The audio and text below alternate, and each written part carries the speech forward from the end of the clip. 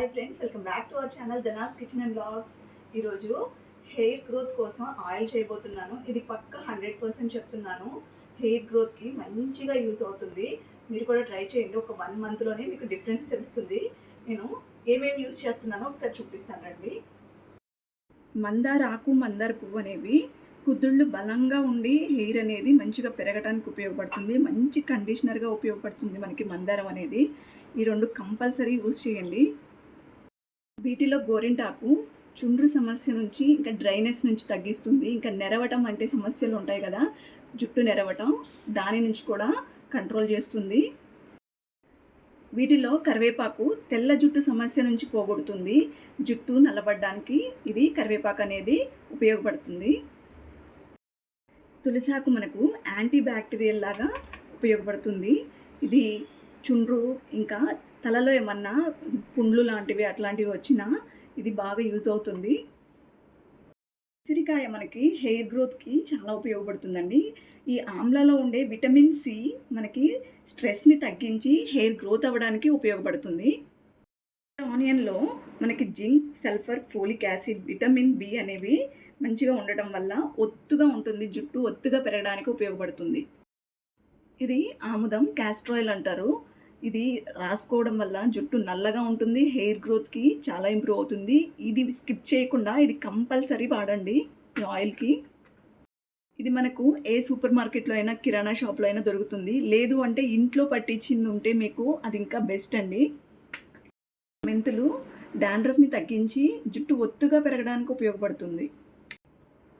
ఈ అలోవెరా అనేది కలబంద, మనకి సైడ్స్ ముళ్ళు ఉంటాయి కదా, అవి కట్ చేసేసుకుని సైడ్స్ తీసేసుకుని చిన్న చిన్న ముక్కలుగా చేసుకుని ఇలా తీసుకోండి. ఇది మనకి హెయిర్ గ్రోత్ అవ్వడానికి, ఇంకా హెయిర్ థిక్గా పెరగడానికి ఇది చాలా ఉపయోగపడుతుంది. ఇంకా మంచి కండిషనర్గా ఉపయోగపడుతుంది. సిల్కీ హెయిర్గా, మీకు సిల్కీ హెయిర్ కావాలంటే ఇది కంపల్సరీ యూజ్ చేయండి. ముందుగా ఆయిల్ తీసుకుని ఆయిల్ ప్యాన్లోకి యాడ్ చేసుకోవాలి.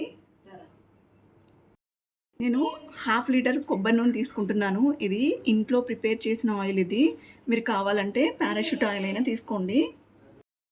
ఆయిల్ యాడ్ చేసుకున్నాం కదా, ఇది కొద్దిగా హీట్ ఎక్కిన తర్వాత ఇవి ఒక్కొక్కటిగా దీనిలోకి యాడ్ చేసుకోవాలి. ఇప్పుడు ఉసిరికాయలు ముక్కలు కట్ చేసి పెట్టుకున్నాం కదా, ఈ ముక్కలు ఆయిల్లోకి యాడ్ చేసుకున్నాము. ఆయిల్ హీట్ ఎక్కింది, ఒక్కొక్కటిగా మనం యాడ్ చేసుకుందాం. ఉసిరికాయలు ముక్కలుగా కట్ చేసి పెట్టుకున్నాము. ఈ ఉసిరికాయలని ఆయిల్లోకి యాడ్ చేసుకోండి. ఇప్పుడు మందారాకులు ఈ విధంగా కొంచెం తుంపుకొని ఆయిల్లోకి యాడ్ చేసుకోవాలి. మందార పువ్వులు, తులసి ఆకులు,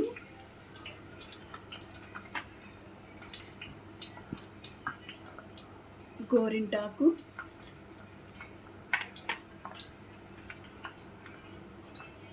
కరివేపాకు, ఆనియన్ స్లైసెస్,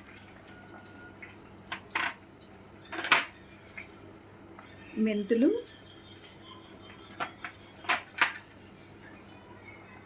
కలబంద, అలోవెరా స్లైసెస్ కట్ చేసుకున్నాం కదా, ఇవి కూడా యాడ్ చేసుకోవాలి. మొత్తం ఒకసారి కలుపుకుని మీడియం ఫ్లేమ్లో వేగనిద్దాం.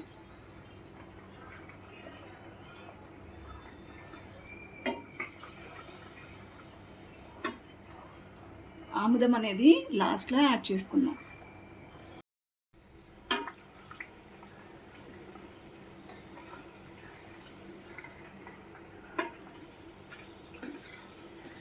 మధ్య మధ్యలో ఒకసారి ఇలా కలుపుకుంటూ ఉండండి.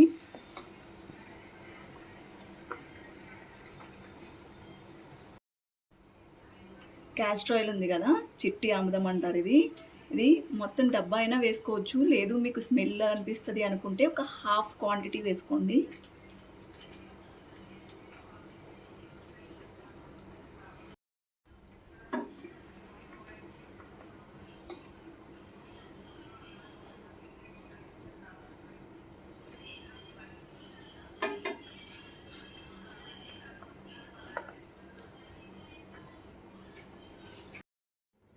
ఆయిల్ కాసుకున్నాం కదండి, మొత్తం కంప్లీట్గా కాగింది. ఒకసారి నేను చూపిస్తానండి.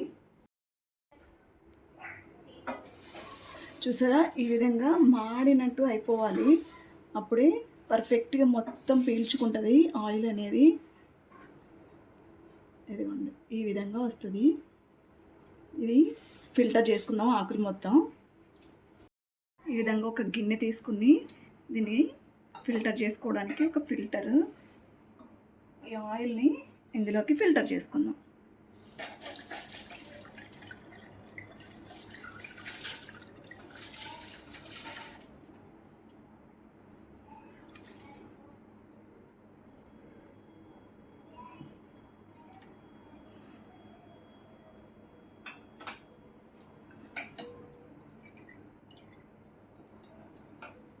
కొద్దిసేపు ఒక 2 మినిట్స్ ఇట్లా ఉంచేసారంటే దీనిలో ఆయిల్ అంతా మంచిగా కిందకి దిగుతుంది.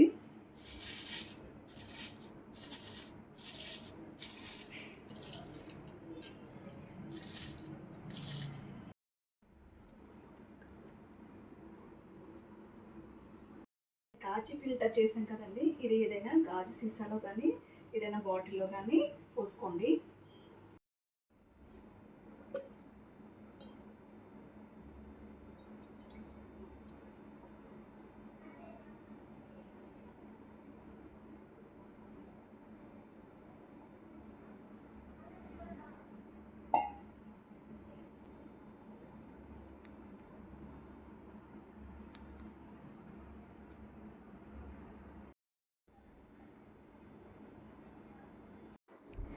మీకు ఈ వీడియో నచ్చిందని అనుకుంటున్నాను. మీరు కూడా తప్పకుండా ఇంట్లో ట్రై చేయండి.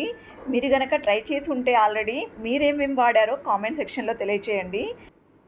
మీరు మా ఛానల్ని కొత్తగా చూస్తున్నట్లయితే ప్లీజ్ సబ్స్క్రైబ్ చేయండి.